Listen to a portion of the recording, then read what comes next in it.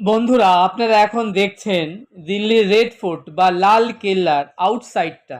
আমি শ্যামসুন্দর আপনাদেরকে ঘুরিয়ে দেখাচ্ছি এই রেড ফোর্টের আউটসাইডটা, এবং আপনারা শ্রবণ করছেন এই রেড ফোর্টে কিছু জানা অজানা নানান কথা। আমরা যখন এই দিল্লির লাল কেল্লা এসে পৌঁছালাম, তখন বহু পর্যটক দেশ বিদেশের তারা এসেছেন এই রেড ফোর্ট দর্শন করতে। আর এই যে পরীক্ষাগুলো দেখুন, এই যে রেড ফোর্টের যে সাইডটা, বাইরের দিকটা, এই দেখুন এই পরিখা বা খালগুলো 30 থেকে 35 ফুট চওড়া এবং জলে পরিপূর্ণ থাকতো। ভেবে দেখুন সেই মুঘল আমলে এই কেল্লা বা দুর্গ সুরক্ষার জন্য কত সুরক্ষিত ব্যবস্থা করা হতো। আমরা এখন নিউ দিল্লির রেড ফোর্ট অর্থাৎ লাল কেল্লার সামনে দাঁড়িয়ে আছি। এরপর আমরা ধীরে ধীরে এই রেড ফোর্ট বা লাল কেল্লার ভেতরে প্রবেশ করব এবং ভেতরটা আপনাদেরকে ঘুরিয়ে দেখাবো। ভেতরে অনেকগুলো ঘর রয়েছে, তার মধ্যে কোনো ঘর নবাব বসতেন, কোনো ঘরে তিনি বসে শাসন কার্য পরিচালনা করতেন, প্রজাদের নানান সমস্যার কথা শুনতেন এবং রায় দিতেন।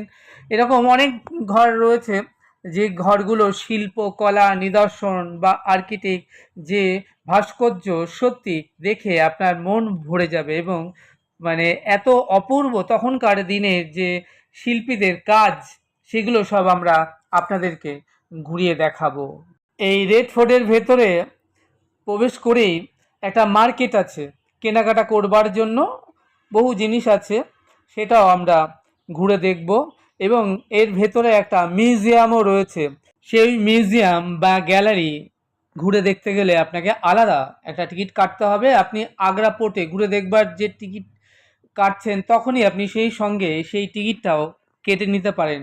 এই মিউজিয়ামে রাখা আছে সুলতান বাদশাহ আমলের সমস্ত অস্ত্রশস্ত্র, পোশাক পরিচ্ছদ, খাবার দাবার, বাসন কোসন এবং দুর্লভ সব চিত্র।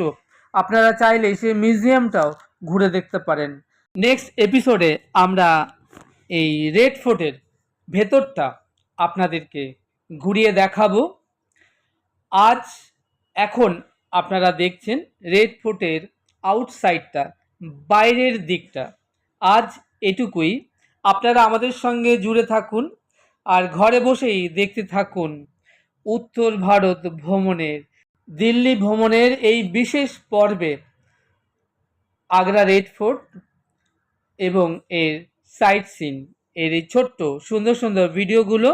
আশা করব আপনাদের বেশ ভালো লাগবে। চ্যানেলটি সাবস্ক্রাইব করবেন। আপনারা ভালো থাকবেন, সুস্থ থাকবেন, আনন্দে থাকবেন। তাহলে দেখা হচ্ছে আগামীতে আরও একটি নতুন সুন্দর